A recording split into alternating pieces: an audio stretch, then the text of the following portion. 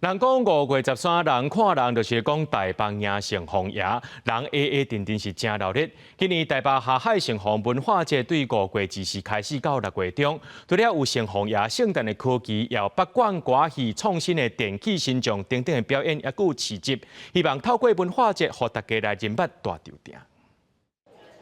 城隍爷穿西装来比拟伊205年前渡海来台的庄严和正义。这束西装是用回收的牛仔布做成的，除了展现永续精神，也通看到身躯顶挂戏机的现代元素，向定城隍爷愿意听人民的心声。台北航海城隍庙表示，这是全台头一个成名穿西装，主视觉结合现代化设计，也加入城隍爷信仰的背景。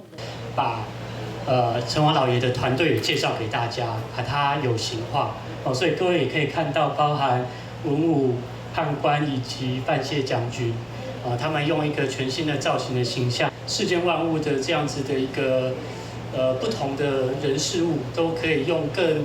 开阔的胸襟来为大家捍卫正义。台北航海城隍庙是大稻埕真重要的信仰中心。今年台北航海城隍文化节对5月24开始办到6月中，成立6月初了暗放夜巡，成立6月初8迎城隍。台北航海城隍庙表示，为着要让民间信仰走入生活，文化节活动甲传统信仰结合现代潮流，有北管表演在地点头市集、岛屿音乐会，希望民众更较瓦紧传统艺术文化。诗团啦、歌仔戏啦，然后也有我们比较创新的这个电器神将啊，他们都会来表演，然后去采接，然后也有这一个我们的台北这个临安社、龚乐轩这种传统的这个宣社，我们的岛屿音乐会，就是因为我们在台湾非常的多元嘛，所以有不同的语言。庙方表示，城隍老爷就亲像是省台市长和地方法院的法官，今年大稻埕在地点头，也甲城隍爷信仰文化融合伫影像议题内面，就是希望无共世代的人通熟悉城隍爷正面的力量，